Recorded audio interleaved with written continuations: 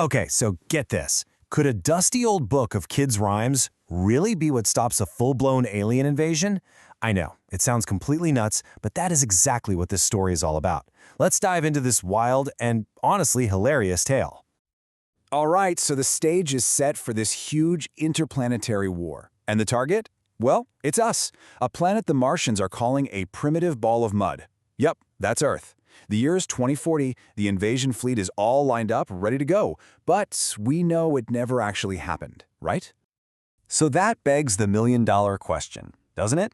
How did a beat-up old book of nursery rhymes stop a Martian invasion in its tracks? I mean, forget top-secret military plans or advanced tech. The thing that saved humanity was Mother Goose? How on earth is that possible? Let's figure it out. Okay, to get our answer, we actually have to jump way into the future, to the 25th century. We're listening to a historian looking back on all this. She calls the 20th century the era of the book. You know, a time when books were everything, they taught people how to do stuff, when to do it, you name it. But she says the absolute strangest thing a book ever did was save the entire planet. So who was the mastermind behind this whole invasion plan? Well, for that, we need to head over to Mars Space Control. It's time to meet the leader, the one and only great and mighty think tank. And right away, you see this classic dynamic playing out on Mars. On one side, you've got Think Tank. He's super proud, totally arrogant, just obsessed with himself. Basically a poster child for false confidence. And then on the other side, there's his apprentice, Noodle. Noodle is polite, super smart, logical. Really, he's the actual brains of the operation. This whole push and pull between them, it's what drives the entire story. And if you want a perfect snapshot of Think Tank's personality, just listen to this. He stops a mission-critical briefing dead in its tracks. Why? Because Noodle didn't say his ridiculously long title perfectly. Seriously, that tells you everything you need to know about his massive ego, right? So just try to picture this guy. He's got this huge, egg-shaped head, and he's constantly talking to his mirror, which tells him he's the smartest being in the whole universe. He looks at us, Earthlings, and thinks we're just these ugly little creatures with tiny heads, and he's all set to conquer our primitive ball of mud, probably before he even has his lunch. All right, the invasion is about to happen. A probe team touches down on Earth, and they find themselves in this really strange building, just filled with thousands of these weird items.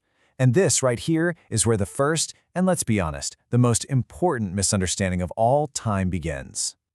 So, their whole attempt to figure out what these things are is just a comedy of errors. First, they land in the library, but they think it's a storage barn. Then Sergeant Oop guesses the books might be hats, but nope. Think Tank, in his so-called infinite wisdom, declares they're sandwiches, the main food for Earthlings. Of course, one of the crew tries to eat one and almost chokes. That's when good old Noodle gently suggests, hey, maybe they're for communication. And just like that, Think Tank backpedals, saying, of course, I knew that all along. They're for eye communication. Okay, so now they're completely convinced that books are some kind of secret code. The crew pops some intelligence-boosting vitamins to get their brains working. They grab this big, colorful book. Its title? Mother Goose. And they get ready to decode what they assume are Earth's most advanced and dangerous war strategies. So Captain Omega starts reading the first coded message out loud. It's a rhyme most of us have known since we were kids, but to these Martians, oh no, this is a terrifying military secret. And Think Tank is immediately freaked out. Cockle shells and silver bells? His interpretation is that Earthlings have figured out how to mix agriculture with mining. He's convinced we're growing high explosives in our gardens. And that's the key thing here, right? His first reaction isn't curiosity, it's just pure fear, all based on getting it completely wrong. But they don't stop there. They move on to the next rhyme. And as you can probably guess, this one just makes everything a whole lot worse. A cow jumping over the moon? For Think Tank, this isn't just a silly image. No, this is hard proof that Earthlings have reached some terrifying new level. He's thinking, they've taught their animals space travel and musical culture. He totally panics, picturing this massive interplanetary attack force of millions of cows, and he immediately orders the invasion fleet to stand down. And then they get to the rhyme that's going to seal the deal. The one that changes everything. A simple little verse about an egg that has a little accident. So as Sergeant Oop is reading this rhyme, he holds up the book to show Think Tank the picture of Humpty Dumpty. And what does he see? A big, round, egg-shaped guy. The resemblance to think tank's own great and mighty balloon brain, well, it's absolutely uncanny. And this is it, the turning point.